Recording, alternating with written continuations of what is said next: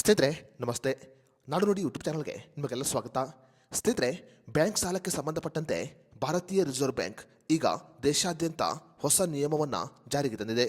ಇನ್ನು ಮುಂದೆ ಬ್ಯಾಂಕಿನಲ್ಲಿ ಬೆಳ್ಳಿಯನ್ನು ಅಡವಿಟ್ಟು ಕೂಡ ಸಾಲವನ್ನು ಪಡೆದುಕೊಳ್ಳಬಹುದು. ಈ ಹಿಂದೆ ಬ್ಯಾಂಕಿನಲ್ಲಿ ಚಿನ್ನವನ್ನು ಅಡವಿಟ್ಟು ಮಾತ್ರ ಸಾಲವನ್ನು ಪಡೆದುಕೊಳ್ಳಬಹುದಾಗಿತ್ತು.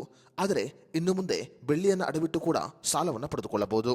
ಹಾಗಾದರೆ ಭಾರತೀಯ ರಿಸರ್ವ್ ಬ್ಯಾಂಕ್ ದೇಶಾದ್ಯಂತ ಜಾರಿಗೆ ತಂದಿರುವ ಹೊಸ ನಿಯಮ ಯಾವುದು ಅನ್ನೋದರ ಬಗ್ಗೆ ಸಂಪೂರ್ಣ ಮಾಹಿತಿಯನ್ನು ಈ ವಿಡಿಯೋದಲ್ಲಿ ನಾವು ನಿಮಗೆ ತಿಳಿಸಿಕೊಡ್ತೀವಿ. ವಿಡಿಯೋ ತುಂಬ ಇನ್ಫಾರ್ಮೇಟಿವ್ ಆಗಿದೆ, ಎಲ್ಲೂ ಸ್ಕಿಪ್ ಮಾಡಿದೆ ನೋಡಿ.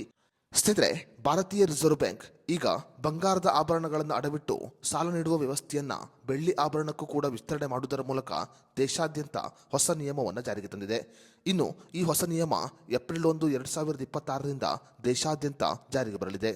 ಏಪ್ರಿಲ್ 1, 2026ರಿಂದ ಸುಮಾರು 10 kgವರೆಗೆ ಬೆಳ್ಳಿ ಆಭರಣಗಳನ್ನು ಅಡವಿಟ್ಟು ಬ್ಯಾಂಕಿನಲ್ಲಿ ಸಾಲವನ್ನು ಪಡೆದುಕೊಳ್ಳಬಹುದು. ಆದರೆ ಬಂಗಾರವನ್ನು ಅಡವಿಟ್ಟು ಸಾಲವನ್ನು ಪಡೆದುಕೊಳ್ಳುವವರು ಸುಮಾರು 1 kgವರೆಗೆ ಬಂಗಾರವನ್ನು ಅಡವಿಡಬಹುದು. ಇನ್ನು ಬೆಳ್ಳಿಯ ನಾಣ್ಯಗಳನ್ನು ಅಡವಿಡುವವರು ಸುಮಾರು 500 ಗ್ರಾಂವರೆಗೆ ಮಾತ್ರ ಅಡವಿಡಬಹುದು. ಬೆಳ್ಳಿಯ ಆಭರಣಗಳನ್ನು ಅಡವಿಡುವವರು ಅದರ ಮೌಲ್ಯದ ಮೇಲೆ ಸುಮಾರು 75% ಇಂದ 85%ವರೆಗೆ ಸಾಲವನ್ನು ಪಡೆದುಕೊಳ್ಳಬಹುದು.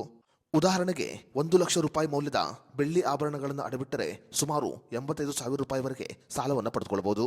ಆದರೆ 5 ಲಕ್ಷಕ್ಕೂ ಅಧಿಕ ಮೌಲ್ಯದ ಬೆಳ್ಳಿ ಆಭರಣಗಳನ್ನು ಅಡವಿಟ್ಟರೆ 75% ವರೆಗೆ ಮಾತ್ರ ಸಾಲವನ್ನು ಪಡೆದುಕೊಳ್ಳಬಹುದು.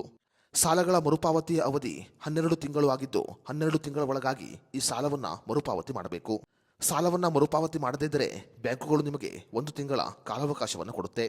ಕಾಲಾವಕಾಶ ಕೊಟ್ಟರೂ ಕೂಡ ನೀವು ಸಾಲವನ್ನು ಮರುಪಾವತಿ ಮಾಡದೇ ಇದ್ದರೆ ನೀವು ಇಟ್ಟ ಬಂಗಾರವನ್ನು ಹರಾಜು ಮಾಡಲಾಗುತ್ತೆ.